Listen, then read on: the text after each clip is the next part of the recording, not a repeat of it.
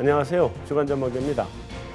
리포트보다 핫하게 또 뉴스보다 쿨하게 금융시장의 이슈를 짚어보겠습니다.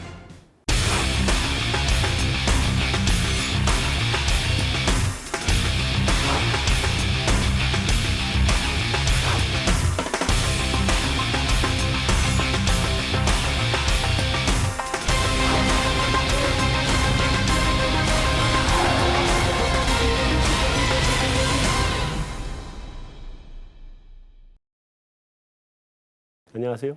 안녕하십니까. 안녕하세요. 네. 다들 안녕 안 한 얼굴이야. 경제를 위한 정책이 시행된다. 안녕해야죠. 그래도 다들 그렇게 별로 안녕해 보이진 않네 오늘 하루. 좀 바쁜 하루이긴 했습니다.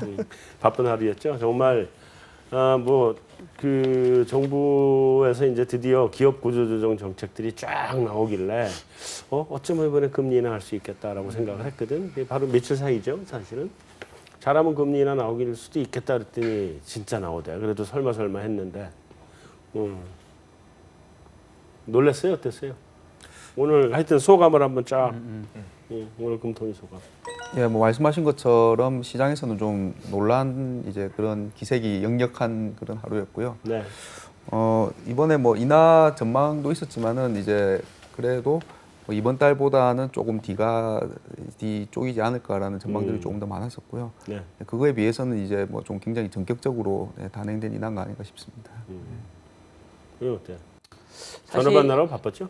네, 뭐 금리 오늘- 인하는 딴 데서 했는데 저는 여기서 받고. 근데 이제 사실 저희 같은 경우는 이제 금리 인하가 시간 문제라고 봐서 네. 뭐 6월 가능성을 좀 보고 있었거든요. 그래서 아마 저희 신한연구하고 저희 정도가 금리 인하를 좀 봤던 것 같은데. 그런 거 같아요. 근데 이제 뭐 결국은 7월 대부분 이제 예상했었던 상황이었으니까 뭐 한 달 정도 빨리 했다는 점에서 뭐 그냥 좀 나름 선제적이려고 좀 노력한 부분이 있어 보인다. 그리고 결국은 이제 뒤에 다시 얘기를 하겠습니다만은 이제 정말 이 금리 인하가 어떻게 하면 효과를 낼 건지 그 추후의 정책적인 노력들이 같이 좀 나와야 될 것 같아요. 나는 사실은 젖될 거라고 생각했거든. 추경 때. 추경 때 하지 않겠나. 왜냐면 1분기 그 어려운 시기를 아무것도 안 하고 넘어왔는데 맞아요. 2분기는 1분기도 좀 좋으니까 하반기에 이제 돈 쓸 돈 없을 때 추경 때 나올 거지 않겠나 생각을 했는데 하여튼 한번 그때가 적정하겠다라고 생각을 했었거든. 어떻게 봤어요? 이게? 저도 뭐 빠르면 6월에 대한 생각을 예전에도 했고 저희 뭐 하반기 전망자료도 2분기 인하라고는 표시를 해놨어요. 근데 그걸 저는 이번에 공식 의견은 7월이라고 했거든요. 왜 그랬냐면 방금 뭐 부모님도 얘기하셨지만 정부 정책에 좀 구체화됐을 때 하는 일, 오늘 하는 총재가 했던 말 중에도 제일 기억에 남는 게 재정이 주도하는 가운데 통화 정책은 보완적인 그 IMF의 연내 회의 그 얘기까지 하셨거든요. 네. 근데 최근 오늘 어제부터 자본환축 펀드까지 뭐 얘기를 좀 더 확대하자면 하느니 주도를 하고 재정이 뒤에 따라가는 모습이 아닌가. 그래서 이게 조금 뭐 그런 부분에서 뭐 선제적인 부분을 노린 부분이 있었겠는데 오늘 조금은 예상보단 빨리 움직였다 이렇게 보는 거죠. 뭐 정부가 움직이긴 했지만 주포는 한은이고 정부는 보조포였으니까 이번에 그 펀드 자체도 그렇죠. 그죠? 거기는 뭐 6월 달이라고 지난번에 할 것 같다고 얘기를 했었는데. 네, 뭐 인하가 됐습니다만 이제 드디어 올 것이 왔구나라는 생각을 했고, 네.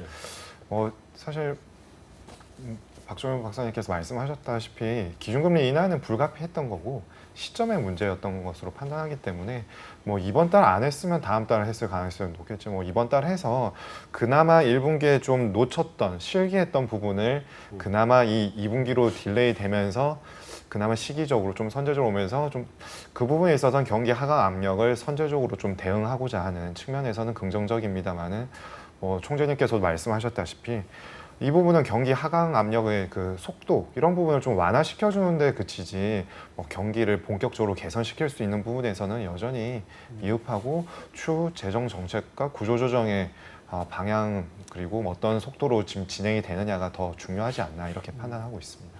그 이주일 총재가 시그널을 한 번도 준 적이 없잖아. 사실 그 부분이 오늘 기자회견 중에도 나름 시그널을 줬다라고 하시는데요. 근데 시장 입장에서 아까 저희가 처음에 좀 당황했다라는 이유가 뭐 다 말씀하신 것처럼 6월 아니면 7월을 생각은 하고 있었지만은 지난달에 그 기준금리가 만장일치로 동결이 됐었습니다. 보면. 네. 그리고 이번 달에는 만장일치로 인하가 됐거든요. 근데 그 한 달 사이에 바뀐 게 뭐냐라고 봤을 때 미국이 금리 인상을 지어낸 거, 그리고 어제 자본학종 방안에 대해서 나온 거. 근데 그 총재께서 말씀은 미국 금리 인상과 인상 지연된 거랑 그다음에 정부의 그 정책과는 별개다. 이건 우리가 그냥 판단해서 한 거라고 하는데 시장에서 그러면은 중간에 무슨 시그널이 있든지 뭔가가 있었어야 되는데 그런 것도 없이 바뀐 거라고는 그 두 개뿐인데 그러니까 시장에서는 시그널을 줬다는 거에 대해서 이제 받아들일 수가 없는 거죠. 통방 문구에 경제 성장 회복세를 지원 이 단어가 들어오면서 4월 달에 그 단어가 들어왔을 때는 뭔가 좀 더 정책이 적극적으로 움직였다라고 하면서 인하론에 대한 무게를 실었는데 그렇죠. 뭐 그러기에는 또 아까 정확하게 지적하셨듯이 1분기가 사실 올해 그로스가 가장 취약하고 총재께서 오늘 강조했던 단어 중에 하나가 데이터 디펜던트거든요. 저 같은 경우에는 올해 3월 금리 인하를 주장했었다는 거죠. 1분기에 상당히 어려운 구간을 보면 그래서 아까 실기라는 표현을 신한연구원도 썼는데 그 타이밍에서는 오늘 총재가 선제적으로 대응했다라고 과연 얘기를 할 수 있는 시점이냐 지금이. 그렇죠. 그리고 정부조차도 오늘 유일호 부총리가 아침에 얘기했던 게 2분기는 1분기보다 나아질 겁니다. 그 뉴스가 인하를 막 하고 있는데 그 뉴스가 또 나왔거든요. 겹쳐서 나오는데 2분기가 1분기로 나니까 시장에서는 이건 뭔가. 이게 참 시기적으로 되게 애매한 상황을 만들었고요. 이번 인하는 그래서 어쩔 수 없이 정책 공조 측면이 부각이 되는 건데 나도 그렇게 봐요. 근데 정부 정책은 지금 어제 자본확충에 대한 이슈만 나왔지 정부가 하반기 경제 운용 정책이라든 이런 게 구체적으로 정해지지 않았잖아요. 추경을 할지 안 할지 어느 정도 규모의 재정 보강을 할지 이런 부분이 없는데 하느니 총재께서는 4월 달부터 정부가 뭔가 할 때 통화정책 보조적으로 들어가는 거에 대한 강조를 많이 했는데 너무 선제적으로 또 그런 면에서는 선제적으로 움직인 거 아니냐. 그런 게 걸리는 그 부분은 난 그렇게 봐요. 정부 정책에 보조적으로 간다고 얘기한 부분에 대해서는 네. 나 그것 때문에 이제 금리 인하 있을 수 있다고 생각을 한 건데 이주열 총재께서 계속 그 구조조정이 먼저다는 얘기를 했었잖아요. 그 구조조정이 진행이 되면 한국은행도 금리 인하를 할 용의가 있는 것처럼 계속 시사는 했단 말이에요. 그렇죠. 근데 지금 기업들 구조조정이 본격화됐고 다음에 그거를 위해서 정부가 또 더 자금도 만들었고 그러니까 그 부분에서는 사실은 명분이 있다고 생각을 하는데 이주열 총재께서 그 부분 오늘 얘기해서 그 부분은 별로 부각을 안 시킨 것 같고 아니 오히려 그거를 보고 하지는 않았다라고 명확하게 얘기를 그러니까 하시니까. 그렇게 가서 한테 이게 지금 이게 어느 게 맞는지 잘 모르겠다 뭐 이런 좀 들어보니까 말씀하신 게 사실 명확하게 연관성을 지닌다고 좀 보기는 어려운데 네. 총재님께서 발언하시는 거 보니까 한쪽으로 치면은 또 뭐 기준금리 한 조금 더 남아 있다 이렇게 말씀하셔서 무게 중심을 의도적으로 좀 잡아주시려는 것 같더라고요.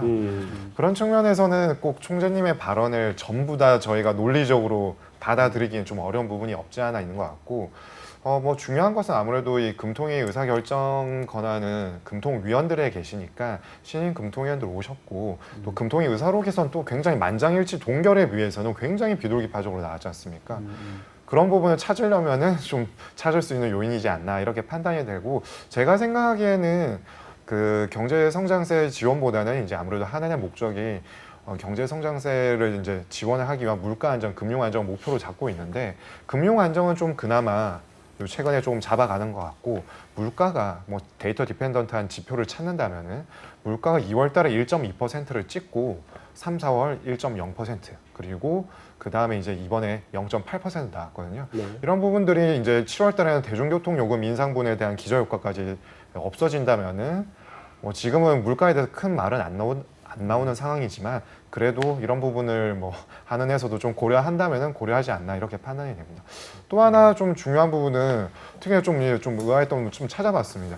이게 만장일치 동결을 나오다가 만장일치 인하가 나왔는데 만장일치 인하를 찾아보니까 2009년 2월 50bp 인하할 때 이후로는 처음이더라고요. 이런 부분들이 좀 시장에서 좀 그나마 좀 향후에 정책 기대감을 가질 수 있는 부분이 아무래도 두 번째 회의다 보니까 아직 신임 금통위원들 성향이 다 파악이 안 됐지 않습니까?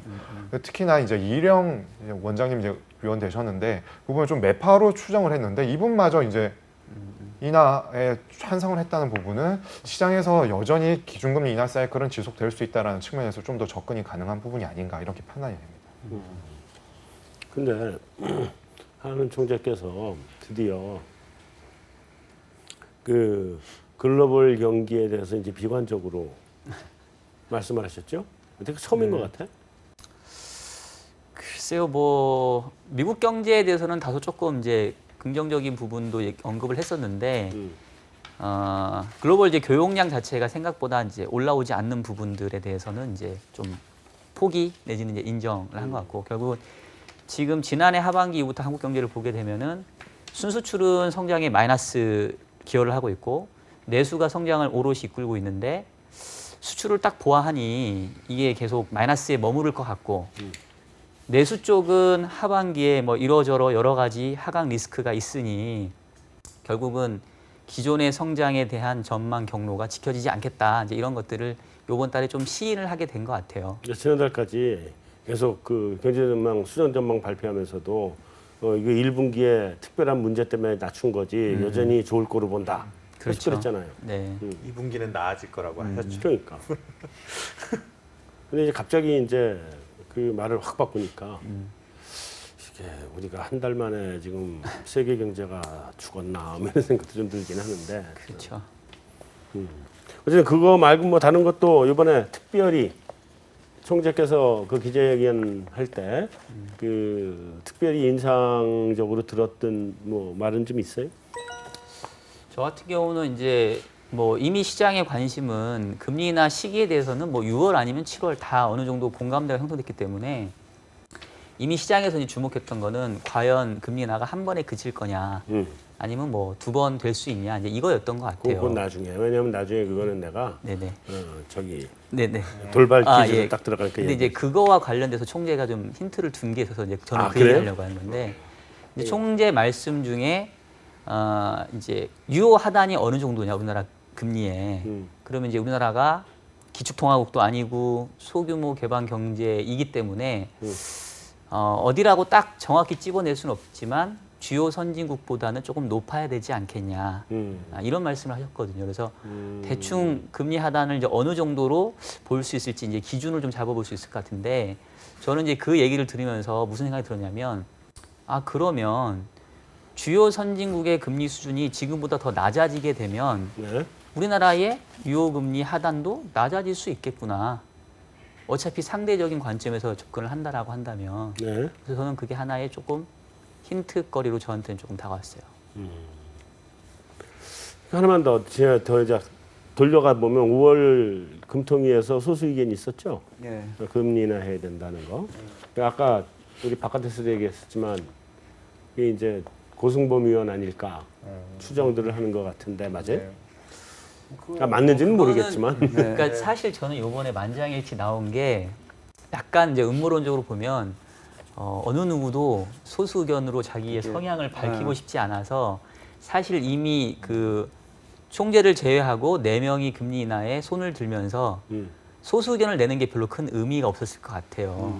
그래서 그러면 차라리 이참에 같이 가자 이렇게 했던 것 묻어가자. 같고 그래서 지난번에 이 소속한 금리 인하가 필요하다는 말을 누가 했는지 저도 사실 요번에 좀 밝혀지길 기대했는데 네. 그거는 이제 다음번에 넘기게 됐는데 시장에서 이제 고승범 의원을 많이 얘기하는데 사실 저는 개인적으로 신인석 의원이 조금 더 가깝다고 보거든요. 왜냐하면 그 지난번에 소수 의견과 비슷한 그 견해를 보면 어떤 얘기들이 주가 되냐면 뭐 덴마크라던가 스위스 같은 비기축 통화 그러니까 스웨덴이나 덴마크처럼 뭐 비기축 통화국인 경우도 마이너스로 가더라. 그러니까 그게 뭐 우리에게 좀 약간 시사점이 있지 않겠냐 이런 말이 들어가 있는데 그게 기존의 신인석 의원이 되풀이했던 수사하고 좀 비슷하거든요. 네. 그래서 저는 개인적으로 신인석 의원일 수도 있겠는데 뭐 이런 생각을 좀 해봤었어요. 그 고승범 의원이 아무래도 그 정부 사이드 출신이니까 그쪽이 아닐까 하는 생각들을 해보는 거죠, 그죠? 그렇죠. 자, 어쨌든 그 다음에 이제 채권 시장으로 넘어가기 전에 내가 좀 아까 얘기했던 돌발 퀴즈. 자, 지난번에 그 이주열 총재께서 기자실에 그 전에 금리 인하를 할 때 들려가지고 계속 금리 인하 안 한다 그러다가 하는 기자실에 들려서 금리 인하는 하면 2번은 연속으로 해야 되겠더라고요. 그래야 효과가 있는 것 같습니다. 이렇게 얘기를 했다는 거예요. 언제요? 그 지난번 2번 금리 인하. 작년에. 그렇죠. 요번에 말고. 요번엔 그런 얘기를 내가 못 들었거든, 기자실 애들한테. 그땐 들었고, 그래서 이제는 하면 2번이구나. 그때 알고 그렇게 생각을 했는데, 자, 한 번 더 있을 거라고 봐요? 아니면 이번 한 번으로 끝이라고 봐요? 또는 3번 있을 거라고 보는 사람? 자, 첫째, 이번으로 끝이다. 손 들어보세요. 이번 끝이다. 한 번 더 있다. 근데 저는 그 조건이 좀 필요할 것 같은데요. 아, 일단 예. 말할 기회를 줄게. 예. 예. 자, 한 번 더 있다. 자, 그러면 2번 더 있다는 없어? 그건 가봐야. 그건 일단은 가봐야 한 번 한다? 하고 나서 다음에 고민할 문제 같아요. 자, 일단 간단하게 왜 한 번 더 없다는 거를 생각하는지 간단하게만 얘기해 주세요. 저는 우선 없다라는 부분은 올해까지 없다. 아, 올해까지지. 네. 당연하지. 올해까지 없다고요. 네. 우선 이제 기준금리 자체가 계속 역사적 최저 수준을 경신하고 있기 때문에 네. 인하를 하기 위한 임계점이 점점 높아지고 있습니다. 네. 그래서 다양한 변수들을 충족시키고 부정적 영향력이 가장 최소화되는 타이밍을 찾아야 되는데 하반기에 뭐 FOMC 금리 인상 가능성도 있고 지금 다다음 주에 브렉시트도 있고 뭐 또 우리가 예측 못하는 요인들이 너무 많습니다. 이런 부분들을 좀 고려할 때 연말까지는 인하 기대감은 충분히 유지가 되겠습니다만은 그 동결에 좀 더 무게 중심을 두면서 시간을 좀 두고 좀 정책 여력을 확보하는데 무게 중심을 두지 않을까 이렇게 판단하고 있습니다. 아, 우리가 미국이랑 금리 역전되면 안 돼요? 이미 됐지만 아니, 기준금리가 역전이 되면 안 돼요. 기준금리 말씀이시죠. 과거의 돈 경험이- 빠져나가는 거는 문제가 되겠지만 그걸 뭐 받아들이고 산 국가들도 현재 많기 때문에 그러니까 뭐 일본이 90년대 그랬고 2000년대 대만이 그랬고 지금 유럽의 대부분 국가들이 슬로바키아나 체코 같은데 마이너스 금리라고 그 금융시장이 난리 나가지는 않거든요. 그렇죠. 뭐 다들 우리가 금리 뭐 돈 빠져나가는 때문에 걱정들을 하긴 좀 하던데 그렇죠. 어쨌든 여기는 간단하게 설명. 예, 뭐 저희도 뭐 아까 조건을 단다고 했는데 상황이 어려워지면 당연히 뭐 지금 총재가 인하 기대를 열어놨기 때문에 시장은 실제로 인하를 하든 안 하든 기대만으로도 충분히 갈 수 있는 상황은 그렇죠. 인정하는데 근데 저희는 일단 정책을 꺼내놨으면 정책 효과라는 걸 봐야 되잖아요. 네. 그리고 정부 정책이 어느 정도 수단으로 나올지에 대한 여지도 남아 있고요. 그래서 그런 카드들이 나오고 나면 뭐 과거에 최경환 부총리 계실 때도 그렇지만 종합 정책이 나오고 난 다음에는 정부의 그 경기에 대한 스탠스도 낙관적인 경기 시각으로 바뀌더라고요. 일단 정책을 꺼내놨는데 경기가 더 어렵습니다 얘기하기는 어려울 테니까. 그렇죠. 이거 잘하면 경기 좋아집니다 이러겠지. 그래서 저희는 올해 하반기에는 조금 더 금리 카드는 아끼지 않을까 그런 쪽으로 보고 있습니다. 여기는 왜 더 있을 수 있다고 생각해요? 그 사실 저희는 이제 원래부터 6월을 포함해서 2번의 인하를 받는데 그게 이제 컨셉이 어떤 거냐면 약간 하느니 소년 가장이 됐다 이런 컨셉이에요. 그러니까 이제 무슨 소년 얘기냐면 가정이지 뭐 지금. 그렇죠. 그러니까 원래는 이제 아버지가 집안을 이끌어야 되는데 그 정부의 재정 여력 자체가 지금은 뭐 여러 가지 어떤 그 국회의 뭐 여서야대 국면 이런 것들 때문에 막혀 있기 때문에 네. 어쩔 수 없이 하느니 경기 부양의 역할을 훨씬 더 많이 해야 되는 필요성이 지금 생겼다고 보는 거고요. 저는 이제 정책 공조라는 게 꼭 추경하고 금리 인하가 한 타임에 와야 된다고 생각하지는 않거든요. 예. 그러면 좋죠. 근데 이제 현실적인 제약 조건이 있으니까 마치 우리가 배구 그 경기를 보면 이제 시간차 공격을 하듯이 정책 공조도 시간차 정책 공조가 있을 수 있는 거 아니냐. 그래서 어차피 하반기에 구조조정이 진행되면서 경기에 대한 부양책은 필요한데 재정이 지금 추경을 하기에는 여러 가지 난관이 많으니 올해는 한국은행이 금리 인하를 통해서 경기를 조금 부양하고 내년도에 정부가 이제 예산을 확장 편성해서 그 바톤을 넘겨받는 이런 형태가 될 걸로 보기 때문에 아마도 이번에 금리 인하로 그치지 않고 추가적인 금리 인하가 하반기에 또 필요한 이런 상황이 좀 되지 않을까. 그럼 언제쯤? 지금 생각은 뭐 9월 전후로 보고 있어요. 아무래도 이제 6월에 했으니까 뭐 효과를 좀 지켜보는 뭐한 2, 3개월 정도의 고려 기간은 좀 필요할 것 같아요. 오케이. 자, 김성훈 연구원의 전제 조건. 네, 조건부 금리나. 조건은 뭐 다른 게 아니고요. 그러니까 지금 1.25가 되고 사람들이 이제 말씀하신 것처럼 시장에서 인하 기대는 뭐 완전히 소멸되지 않았기 때문에 넥스트를 생각하면은 이제 1%라는 거죠. 그렇게 되면은 아마 여론이나 이제 이미 벌써 아마 그런 얘기들이 좀 있는 것 같은데요. 한국도 이제 제로 금리로 가는 것인가? 예, 그런 얘기가 나올 것 같습니다. 보면은 그래서 제가 생각하는 조건은 기준금리 조정 폭을 25bp 말고 10bp나 더 줄여가지고 그렇게 해서 인하를 하는 게 정책 여력 측면에서 훨씬 낫지 않나. 예, 그 조건입니다. 나는 그 한국은행이나 정부나 지금 이제 통화 정책 그러니까 금리 정책은 이제는 그 룸이 거의 없다고 봐요. 없다고 보는데 바로 방금 이제 김성훈 연구원이 얘기한 바로 그것 때문에 그래요. 1.0으로 가는 순간 이제 우리는 언제든지 제로로 갈 수 있다는 얘기가 되거든요. 그러면 모든 언론이 일제히 다 대서특필을 할 텐데 이게 이제 1.0으로 가는 순간 국민들이 그거를 어떤 시그널로 받아들일 거냐. 낮추면 경기가 살아날 거로 받아들일 거냐. 아니면 야 우리 저성장이구나 이렇게 받아들일 거냐는 문제가 있거든. 그래서 1.0으로 가는 거는 그렇게 쓰기가 웬만한 상황이 아니면 쓰기가 좀 쉽지는 않은 카드다. 뭐 이런 생각을 해요. 근데 그래도 뭐 경기가 워낙 안 좋으면 할 수는 있는데 난 한다 그러면 8월이라고 봐요.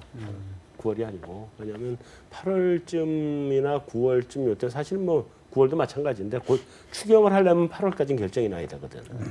9월 가면 늦어버린단 말이에요. 하려면 8월까지 결정이 나야 되는데 지금 우리가 추경을 안 할 수 없는 구조 아니에요. 하반기 거 다 땡겼었잖아 지금. 하반기는 월급 주는 거 말고 쓸 수 있는 돈이 없거든 남은 게. 그러니까 지금부터 그거를 빨리빨리 시작을 해가지고 8월쯤에 추경이 들어가면 추경 들어갈 때 동시에 같이 금리 인하를 한 번 더 하면 그때 하지 않을까 하는 게 내 개인적인 생각이에요. 근데 사실 저는 이제 추경 가능성이 좀 많이 희박하다고 보는 편이거든요. 그럼 하반기 재정 절벽은 어떻게? 그러니까 이제 어쩔 수가 없는 거죠. 근데 저도 또 저는 근데 또 드는 생각 중에 한국은행이 제일 안타까운 부분이 총재께서 늘 얘기했던 게 자기 스스로 자기 칼이 안 된다라는 얘기를 지금까지 강조해 왔거든요. 그렇죠. 금리 인하의 실효성이 없다. 아, 통화 무용론 정책 신용 보고서에 그걸 박아놨어요. 그러니까 2014년에 재정 보강을 해서 금리 인하 2번 했을 때랑 2015년에 추경을 해서 금리 인하 했을 때 GDP에 미치는 영향력에 대해서 추경과 동시에 했을 때가 그나마 GDP가 조금 더 높았다는 거예요. 그렇지. 그거를 자기네들이 박아놓고는 올해 와서 지금 이제 그렇게 얘기를 해놔서 이제 정책 공조와의 조합으로 시장이 6월이 아닌 7월 쪽에 조금 더 무게 중심을 들고 가게 만들어 놓고는 6월에 인하를 해버린 거죠. 그러면 이제 오늘 그래서 저희가 드는 생각 중에 제일 안타까운 부분은 총재께서 그 3박자론을 오늘도 기자들이 얘기를 많이 했잖아요. 구조개혁, 재정, 통화가 먼저 가야 되는데 너무 통화가 혼자 먼저 가버린 거 아니냐. 총재께서는 그게 그렇게 먼저 가면은 이게 실효성이 없다라는 부분을 많이 어필하신 거에 비해서 그러니까 이제 정책에 대한 신뢰성이 하반기에 추가 인하를 전혀 누구도 이제 뭐 못한다라는 얘기를 못 하는 거죠. 그렇죠. 제가 이제 왜 소년가정이라는 컨셉을 얘기를 들었냐면 추경이 과거에 이렇게 집행됐던 때를 보니까 추경은 사실은 통과만 되면은 제일 효과가 빠르죠. 근데 통과되기까지 시간이 많이 걸려요. 그렇죠. 그러니까 통상 추경이 국회에 이제 발의가 되고 심의가 돼서 이제 집행되기까지 빨리 한 3개월 정도 시간이 걸립니다. 그렇게 걸리죠. 근데 지금 벌써 이제 뭐 20대 국회 개원한 지도 시간이 많이 지났고 이제 6월인데 정부 자체가 추경에 대해서 전혀 지금 계획이 없거든요. 그러면 이제 7월, 8월 가가지고 아무리 서둘러 한다 하더라도 얘가 심의되고 발의되면 7월, 8월이면 거의 9월, 10월이에요. 그러면 사실상 뭐 연내 의미가 없는 거고 정부의 기본적인 스탠스는 그래서 차라리 그렇게 해서 추경이 통과될지도 불투명하니 올해 필요한 재원을 그냥 내년에 넣어가지고 뭐 국책은행의 자본합충도 내년 예산에 확대하고 지금 뭐 추경으로 쓸 돈이 있으면 차라리 이제 내년 예산 넣겠다라는 거거든요. 그래서 제가 아까 말씀드린 것처럼 만약에 추경을 한다고 한다면 금리 인하가 저는 이번 한 번으로 충분할 수 있을 것 같아요. 추경과 금리 인하가 같이 나온다면. 근데 오히려 추경을 하기가 상당히 어려워졌기 때문에 계속해서 통화 정책이 어쩔 수 없이 더 역할을 해줘야 되는 그런 상황으로 좀 몰려가고 있는 게 아닌가라는 생각이 든다는 거죠. 계산해보니까 9월에 맞을 수도 있겠네 8월보다. 왜냐하면 그게 아니라 이 말에 동의해서가 아니라 난 추경은 불가피하다고 보거든. 근데 추경을 지금부터 열심히 추진해도 3달 걸린다는 말이 맞는 말인 것 같은 게 일단 8월 금토일가 8월 10일인가 뭐 이때쯤 아니겠어요? 그때까지는 도저히 추경을 못 해내겠네. 그러니까 9월이겠네. 시간이 좀 걸려요. 시간상으로는 안 되고. 제일 빨리 한 게 메르스 때문에 5월에 발의해서 6월에 하긴 했죠. 지금 그건 아주 시급한 상황이고. 그렇죠. 아주 시급한 근데 상황. 그거는 이제 근데- 야당이 다 합의했을 텐데 그러니까 지금 지금은 이게 사실 국회도 또 국회에서 안될 문제거든. 거란 말이에요. 국회 동의가 문제거든. 근데 국회는 동의할 수밖에 없어요. 추경한다 그러면. 지금 국회가 근데 약간 조금 예전하고는 다른 게 같은 게요. 지금 추경을 하자고 얘기한 쪽이 야당 야당이 3당에서 그러니까요. 오히려 하자고 하고 그러니까. 정부는 반대로 재정 건전성을 중시하면서 예, 그 좀 바뀐 것 같아가지고. 그러니까 할 수는 있을 예. 거예요. 근데 국회 내부적으로 계획을 세워서 국회까지 가는데 걸리는 시간이 예. 보통 한 세 달은 걸린다고 보면 지금 이제 7월, 8월까지는 지금 추경 얘기가 정부가 시작도 안 하고 있는 상황에서 그때까지 좀 급하겠네. 하면은 9월 정도 갈 것 같고 난 둘이 하면 같이 해야 된다고 봐요. 추경하고 금리 인하가 같이 가야 된다고 봐. 하여튼 뭐 그건 뭐 정부하고 하느니 알아서 하고 국회에서 이제 도장을 찍어줘야 할 일이니까 우린 추경 얘기 이제 금리 인하 추경 얘기는 그만하고 자 다음 넘어가 보죠. 시장이 어땠어요? 오늘 외환시장은 봤더니 계속 보고 있었거든요. 저 단말기를 보고 있었더니 외환시장은 일시적으로 반응을 했다 제자리로 가보니까 잠깐 60원 넘어갔었어요. 그렇죠? 그리고 제자리에 딱 가버리고 오히려 하락으로 네. 마무리했죠. 내가 마무리는 못 봤는데 한 1원 정도 하락했어요. 하락하고 마무리했죠. 주식 시장도 반짝했다가 그리고 다시 근데 이제 제자리로 주식시장에서 가고. 재밌었던 게 외국인이 주식을 사 들어왔어요. 그러니까 한원 총재가 늘 강조했듯이 금리 인하가 항상 우리나라 워낙 약세 요인이 안 되는 이유 중에 하나가 우리나라가 정책을 썼을 때 외국인들이 우리나라 주식을 산다는 거죠. 그렇지. 그러니까 그런 현상이 오늘 또 대표적으로 발현된 그리고 미국이 금리 인상을 못한다라는 기대가 요즘 그게 사실 글로벌 지금 통화 가치를 좌지우지하다 보니까 원화가 그 영향에서 오늘 결국 영향이 없더라고요. 그냥 뭐 한 번 금리 인하 효과로는 지금 뭐 좋은 것 반짝한 거죠. 같고. 뭐. 주식 시장에서는 내가 보니까 여기 다 채권쟁이들이라 좀 이따 채권 얘기를 본격적으로 하기로 하고 주식 시장에서는 최고 피본 게 은행주들이죠. 오늘 근데 은행주가 좀 장중에 나름 올랐다고 나름 선방했고 선방했어요? 예, 오늘 은행주는 선방했고 증권주가 한 3, 4% 오르다가 네. 뒤에 또 힘이 조금 빠져가지고 증권주가 원래 금리 인하의 수혜주거든요. 그러니까 그리고 보험주도 생보보다는 손보가 약했어요. 오늘 이런 거에 저도 관심이 있어서 좀 얘기를 들었는데 오늘 주시장은 뭐 그래도 선방한 게 삼성전자, 한번 건설주. 건설주. 네. 삼성전자는 뭐 간단해. 아니 뭐 뭐 지금 그렇게 뭐 요즘에 뭐 드론이라든지 반도체 쓸 그런 일들이 많다고 또 그러니까. 세더라고요. 근데 어쨌든 오늘 외환 시장은 뭐 평소에 우리 금리 인하가 별로 영향이 없다는 건 인정을 하더라도 증권 시장은 조금은 난 좀 의외였어요 오늘. 그죠? 지금 반응이 너무 미지근했던 것 같아요. 증권은 뭐 금리 인하 됐을 때 좀 피크 찍었다가 다시 점심 전후로 이제 마이너스 전환했다가 네. 장 마감 시간에 거의 약보합으로 끝났거든요. 뭐 그러니까. 만기 옵션 때문에 그렇게 됐는데 좀 사실 금리 인하 했으면 조금 뭔가 좀 약발이 있어야 될거 네, 아니에요. 그랬는데 너무 좀 근데 의아했던 현상이죠. 상황이 아닌가 심리적으로 하고 예. 심리적으로 부담 레벨은 코스피 2,000대니까. 아, 이미 좀 올랐어요 최근에. 지금 주가가. 올라요. 지금 많이 올랐다. 예. 2030 넘었었죠. 예, 맞아요. 그게 이제 또 기관들은 열심히 팔고 있더라고요. 우리 2,200 가면 안 돼? 우리 2,100 얼마까지 갔었나 그렇죠? 제발 좀 그랬으면 좋겠는데. 2,200, 2,300쯤 가면 안 돼? 우리 참 답답하네. 증권사에 근무하는 사람들은 주가 올라야 됩니다. 결국은 주가가 올라야지. 예. 자 어쨌든 간에 이제 우리 채권 시장 우리가 하는 게 채권이니까 채권을 보면 오늘 채권 시장의 반응은 어땠는지는 우리 제일 막내가 네. 예. 뭐 시장 예상치를 조금 뛰어넘는 금리 인하가 전격적으로 되었기 때문에 좀 강세 모멘텀이 좀 강하게 들어왔다가 결과적으로 이제 강세 모멘텀을 유지했습니다만 그 강도 자체가 좀 등락을 거듭을 하면서 향후의 기준금리 방향성에 대해서 과연 어떻게 될 것인가가 가장 키 팩터로 작용한 것으로 보입니다. 그래서 뭐 한 1.34% 레벨까지 내려갔다가 3~5% 올라갔다가 결과적으로 이제 3~4% 레벨로 내려오면서 마감은 했습니다만은 좀 아직 이제 환호는 했습니다만은 향후 뒷감당을 과연 어떻게 할 것인가, 금리 레벨에 대한 부담감을 어떻게 버텨낼 것인가에 대한 고민을 하면서 마감한 것이 아닌가 이렇게 보여지고요. 그리고 좀 오늘 강했던 게 특히 5년물 쪽에 중위물이 좀 강하게 들어오면서 스프레드가 약 3, 5년물 스프레드가 8bp까지 축소가 되었거든요.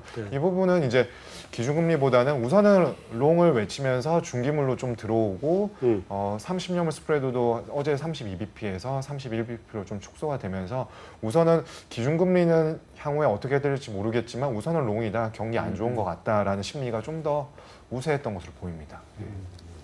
추가 정책 기대를 반영한 거죠. 3년하고 기준금리가 바로 10bp 이내인데요. 지금. 네. 근데 원래 그 채권 금리가 원래 금리 인하를 반영하고 있었던 거 아니에요? 이게 금리 인하 나오기 전에? 그렇죠. 뭐 거의, 이미 역전이 되어 있었으니까 그렇죠. 3년짜리 금리가 뭐 기준금리를 거의 10bp 가까이 하하고 있었으니까. 1.4 뭐 많이 갈 때 1.3 때도 가고 뭐 이러지 않았었어요? 어제 종가 1.37? 그죠? 그리고 올해 지금 1월 달부터 지금까지 기준금리보다 3년이 계속 낮은 상태가 유지되어 왔어가지고 그러니까 어떻게 보면 결국 채권 시장이 그만큼 좀 미리 이런 상황을 예견하고 있었다고 볼 수 있죠. 선반영하고 있었던 거죠. 예. 그러니까 사실은 그 앞으로의 채권 시장의 움직임은 추가적인 금리 인하가 있느냐 없느냐가 관건이 될 텐데, 그죠? 앞으로 흐름은 어떻게 봐요? 네, 그래서 말씀하신 것처럼 이제 기준금리랑 국고채 3년물 금리의 그 역전 정도를 가지고 그 향후 금리 인하 기대를 측정할 수가 있겠는데요. 예전 같았으면 이제 인하를 하면은 역전이 해소가 되는 경우가 많았습니다. 근데 네. 지금 그 해소폭이 굉장히 예전보다 적다라는 거죠. 이미 인하는 했지만 기준금리랑 국고채 3년물이 다시 이제 한 10bp 정도밖에 안 남아 있거든요. 네. 그래서 이게 또 인하 기대가 생기면은 다시 이제 그 정책 금리에 붙으면서 인하를 시도할 수 있겠고요, 보면은. 이제 근데 그 동안은 당분간은 좀 저희 생각은 인하 기대가 좀 반영이 됐던 게 오늘 인하를 했고, 그래서 일단은 그 부분이 약간은 좀 소강 국면을 거치지 않을까 싶고요. 그리고 아까 말씀해주신 것처럼 너무 이제 낮아진 금리 레벨에 좀 적응하는 시간이 필요하지 않을까 싶습니다. 그러면 당분간은 그냥 한 10bp 정도 차이 나는 예. 그 선에서 그냥 지루하게 횡보를 한다. 예. 다시 반등할 가능성은 없어요? 미국이 금리 인상해야죠. 그렇죠. 이제 뭐 미국 금리나 미국 경제 상황에 따라 달렸을 텐데, 근데 사실 이제 이번에 또 한 번 시장은 결국은 채권을 사는 게 맞다라는 확신을 다시 한번 가진 것 같고요. 네. 제가 오늘 이제 금리 인하를 보면서 뭐 그렇게 될 일은 그렇게 된다, 뭐 이런 느낌이 들었는데, 채권 시장 입장에서는 하반기의 경기의 어떤 하강 리스크를 이번 25bp만의 금리 인하로 커버하기는 어렵다라는 생각을 여전히 하고 있는 것 같아요. 그럼 얘를 뭔가 반전시킬 만한, 그러니까 금리 인하를 뭐 더 공격적으로 하든 아니면 정말 추경이 대규모로 나와서 기대를 바꿀 수 있는 뭔가 나오든 이제 2월기 전까지는 네. 추가 인하 기대를 반영한다면 뭐 금리가 오를 요인이 있어도 상당히 좀 둔감하게 반응을 할 것 같아요. 그러니까 저는 제일 찝찝한 게 유가가 지금 50불이잖아요, 사실. 50 넘었죠. 네, 올해 1분기만 해도 채권 시장 금리 올라갈 때 제일 핵심 팩터로 얘기했던 게 유가였거든요, 사실. 유가 40불만 회복해도 채권 시장 죽는다 뭐 이런 소리 했는데 지금 50불에 와도 지금 사실상 글로벌 기대 인플레도 지금 방향이 아래예요. 유가가 이 정도 올라오면 올라가야 되지 않을까 생각을 했는데 중국이 잠깐 끌어낸 1분기의 원유 수요 정도 가지고 이게 지속성이 있지는 않을 거다 뭐 이런 생각들을 하는 건데 네. 어쨌든 미국 경제가 빨리 정신을 차리는 게 그나마 4월 FOMC 직전에 미국 10년짜리 채권 금리가 1.93을 갔어요. 아무도 관심을 가지 않았던 그 4월 FOMC조차도 미국 금리 정상에 대한 긴장감을 가져갔던 거고, 이번에 5월에 논팜이 6월에 남은 논팜이 그렇게 미스만 크게 나지 않았다면 이번 6월 FOMC도 상당히 긴장감 넘치는 이벤트가 됐을 텐데, 근데 이제 3분기에 이 인플레이션에 대한 기저 효과를 과연 채권 시장이 또 얼마나 이건 일시적일 거야, 추세가 아니야라고 무시하고 갈 건가?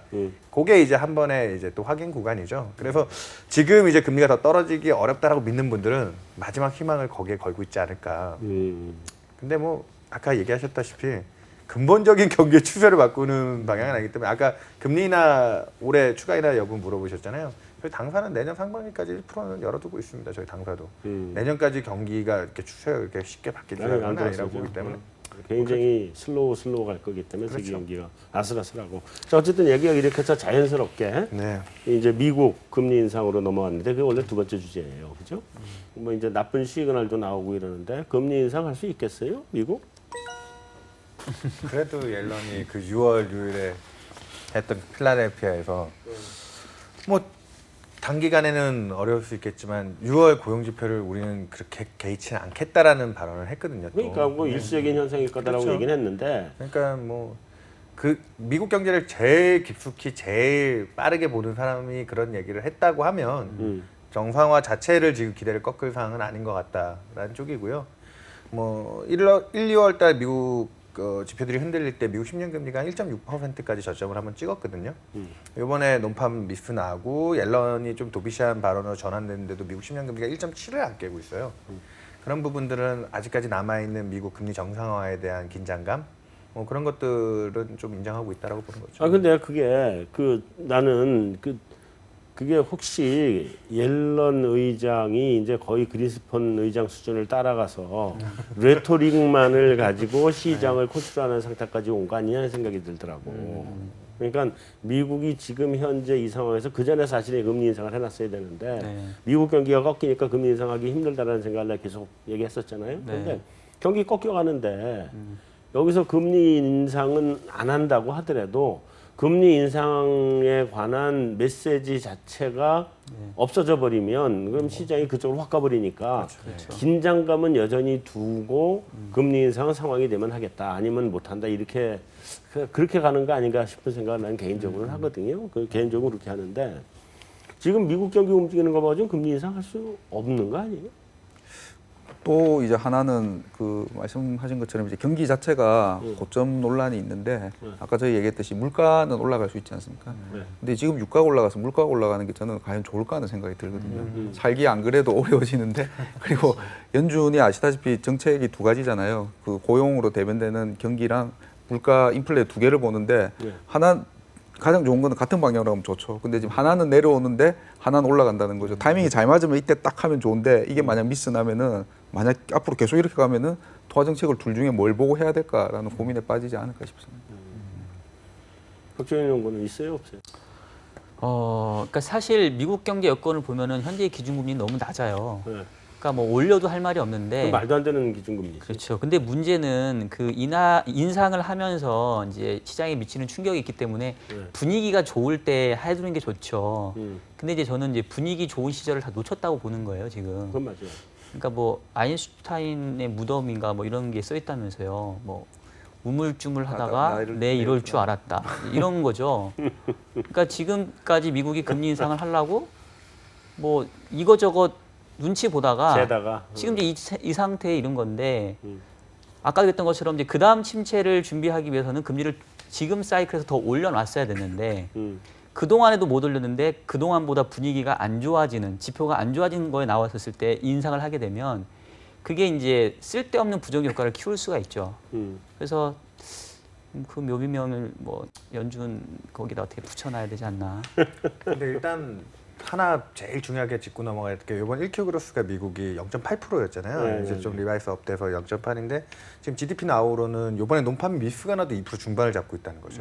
2Q가. 그러니까 확실하게 2분기는 1분기 어려운 부분을 딛고 조금 숫자가 나올 것 같아요. 7월 말에 그 성적표를 받아볼 연준 인사들이 일단은 단기적으로 몇몇 지표들이 흔들렸는데 사실 5월 달에는 4월에 조금 또 소비 흔들렸던 게 바로 또 커버되니까 소매 판매가 굉장히 세게 나왔잖아요. 그렇죠. 4월 소매 판매가 굉장히 또 세게 나오면서 매달 이제 온탕 냉탕을 왔다 갔다 하는 거예요. 그러니까 이제 또 7월에 나올 6월 지표들에 대한 확인이 필요할 거고 불과 일주일 사이에 옐런의 입이 바뀌었듯이 또 앞으로 한 달 사이에는 어떻게 변할지 모르죠. 그래서 일단 EQ GDP에 대한 기대치를 2% 중반만 유지한다고 하면 올해 금리 정상화에 대한 논리 정도는 쓸 수 있지 않느냐.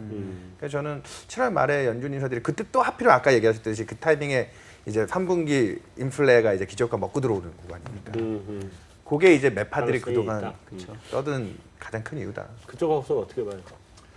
저희는 뭐 우선 계절적인 효과에 의해서 좀 이번에 너무 고용 지표가 안 좋게 나왔지만 워낙 원래 1분기에는 뭐 꼭 자연재해 뭐 이런 것들 나와서 한 번씩 해주는데 올해는 없었거든요.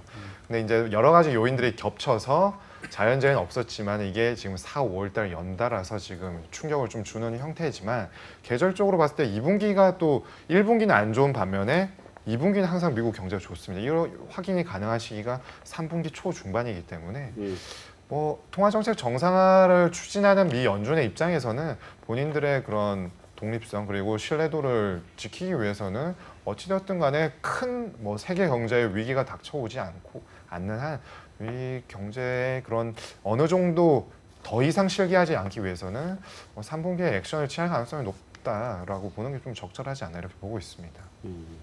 근데 어쨌든 그 이런 미국의 금리 인상 전망을 기본으로 해서 글로벌 시장에서 채권 시장 흐름이 좀 어떻게 돌아갈 것 같아요? 뭐 지금 사실 미국 금리도 중요하지만 네. 유럽 쪽에 독일 10년짜리가 지금 마이너스 금리에 도달하느냐. 일본도 그렇고 BOJ도 그렇고 ECB도 그렇고 지금 양적 완화 대상으로 편입해야 될 채권이 이제 부족해서 양적 완화를 못하는 상황에 몰린다. 뭐 이런 얘기까지 나오고 있거든요, 사실. 그럴 정도로 지금 미국 금리는 그 정도 건전성이 사실 굉장히 높은 수준인 거죠. 수요자들의 매기가 몰릴 수밖에 없고 연준이 올해 금리 정상화를 시장에 이제 시그널을 준 게 2번이잖아요. 네. 근데 그 2번을 의심하고 있는 상황에서 과연 4월 달 FOMC 때 가져갔던 긴장감의 1.93. 그 이상을 뛰어넘을 정도의 한 2%대의 트라이가 가능할 거냐. 그래서 상단에 대해서는 뭐 군드라우와 같은 그 그룹급 투자자도 1.9 올라오면 사야 된다. 뭐 이런 식으로 실제로 매수를 한 걸 보여주기도 하고요. 그런 쪽이고 아래로는 2월에 기록했던 1.6이 저점인데 아까도 얘기 드렸다시피 그거를 깨려고 하면 제가 과거 패턴을 봤더니 97년이 미국의 3월 달에 미국 경제만 좋다고 금리 인상을 했다가 그해 연말에 러시아 모라토리움이 나오고 LTCM 파산하면서 한 해 인상과 인하를 다 했던 애더라고요. 그해 미국이 첫 금리 인상하고 나서 1년 그 연말이 갔을 때 미국 10년 금리가 100bp 이상 떨어졌습니다. 작년에 미국 10년이 고점 금리 인상할 때 고점이 2.3%거든요. 네. 거기서 100bp 정도 그때처럼 상황이 몰려서 올해 금리 인상 아예 못한다라는 기대 쪽으로 흘러버리면 100bp 단순 빼줘도 1.3입니다. 그러니까 지금 2월에 기록했던 1.6을 깨려고 하면 올해 연준은 금리 인상을 아예 못하고 미국 경기에 대한 기대치가 꺾이면 그 1.6을 깨고 내려가서 한 1.3%까지도 또 트라이 가능한 거 아니냐. 과거 케이스상 저는 그냥 개인적으로 뭐 그렇게 보고 있습니다. 보태고 싶은 사람. 저는 조금 뭐 비슷한 얘기인데요. 비슷한 얘기는 보태지 말고. 근데 이제 시간이 없어, 숫자를 지금. 계산하는 게 좀 다른데 작년 12월 말에 미국이 금리 인상하고 올해 4번의 금리 인상을 할 거다라는 전망이 대세였었을 때 네. 미국채 10년짜리가 2.1% 정도였었거든요. 근데 이제 지금은 하반기에 많아야 한 번 정도의 금리 인상이 현실성 있는 전망 같아요. 그러면 100bp 인상이 아니라 25bp 인상이면 75bp만큼 빼면 된다. 그럼 그때 2.1이었으니까 지금은 1.4. 이 정도가 저는 미국채 10년짜리의 페어 밸류가 아닌가 싶어요. 1.4가. 네. 그러면 지금 1.7? 네. 네. 그러면 사야 돼요? 사야 된다고 저는 봅니다. 글쎄. 내가 미국채 투자를 하는 사람은 아니니까 뭐 관계가 없는데. 자, 오늘 여기서 메인 토크 마무리하도록 합시다. 네. 메인 토크는 여기서 마무리하겠습니다.